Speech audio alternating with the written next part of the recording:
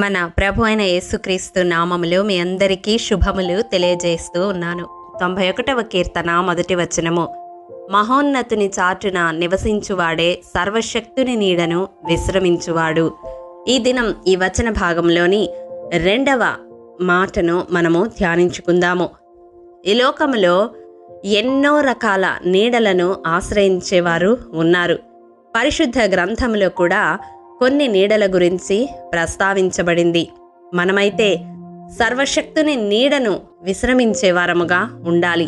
నెమ్మది కొరకు, శాంతి కొరకు, సమాధానము కొరకు ఆయా నీడలను ఆశ్రయించేవారిగా మనం ఉండకూడదు. కానీ ఎల్లవేళలా సర్వశక్తుని నీడను విశ్రమించేవారముగా మనం ఉండాలి. చూడండి, పరిశుద్ధ గ్రంథంలోని కొన్ని రకాల నీడలను మీకు జ్ఞాపకం చేస్తాను.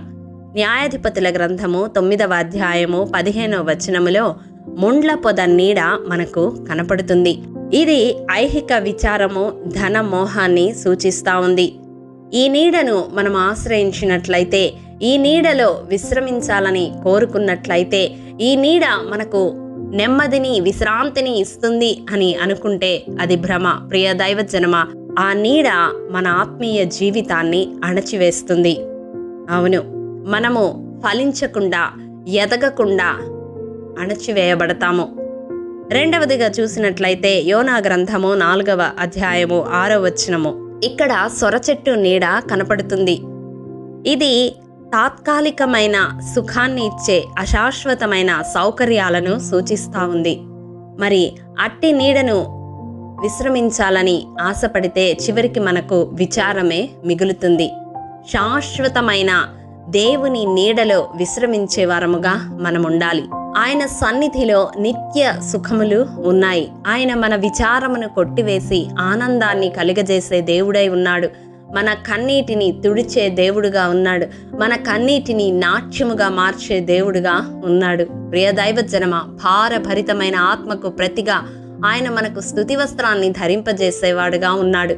అశాశ్వతమైన వాటిని ఆశ్రయించకుండా శాశ్వతమైన దేవుని నీడలో విశ్రమించే వారముగా మనం ఉండాలి.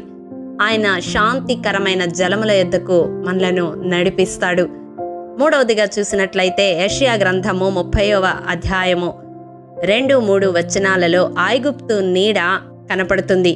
ఇది లోకము, అందులో ఉన్న వాటిని సూచిస్తుంది. వాటి నీడను మనం ఆశ్రయిస్తే, వాటిలో సుఖ సంతోషాలు, నెమ్మది ఉన్నాయని అనుకుంటే అది భ్రమ. ప్రియ దైవజనమా, ఈ లోకములో ఉన్న వాటిని మనము ఆశ్రయించినప్పుడు, ఆ నీడలో విశ్రమించాలని తలంచినప్పుడు మనకు కలిగేది సిగ్గు అని అక్కడ 3వ వచనములో చూస్తాము. ఐగుప్తు నీడ వలన సిగ్గు కలుగుతుంది. అవును, లోకములో ఉన్న వాటిని మనము ఆశ్రయించి అక్కడ నెమ్మది పొందాలి అనుకుంటే మనకు దొరికేది సిగ్గు, అవమానమే. కానీ దేవుని శరణుజొచ్చు వారెన్నడూ సిగ్గుపడరని వాక్యము తెలియజేస్తా ఉంది. ఆయన వైపు మన ముఖములు ఎత్తినప్పుడు ఎన్నడూ లజ్జింపము. ప్రియ దైవజనమా, మనకు అవమానము కలుగదు. కాబట్టి ఇంతవరకు నీవు ఏ నీడలో విశ్రమించే వ్యక్తిగా ఉన్నావో కానీ ఈ దినం దేవుడు ఈ వాక్యము ద్వారా నీ హృదయాన్ని సంధిస్తూ ఉండగా, సర్వశక్తుని నీడను విశ్రమించే వ్యక్తిగా జీవించడానికి ఒక తీర్మానం తీసుకొనగలవా? తీసుకుంటే ఈ ప్రార్థనలో ఏకీభవించు. మహాఘనుడా, మహోన్నతుడా, నీ పరిశుద్ధ పాదములకు వందనములు. దేవా, సర్వశక్తుని నీడను విశ్రమించే బిడలుగా మేము ఉండాలని ఈ దినం మాకు బయలుపరిచిన విధానమును బట్టి నీకు వందనాలు తండ్రి.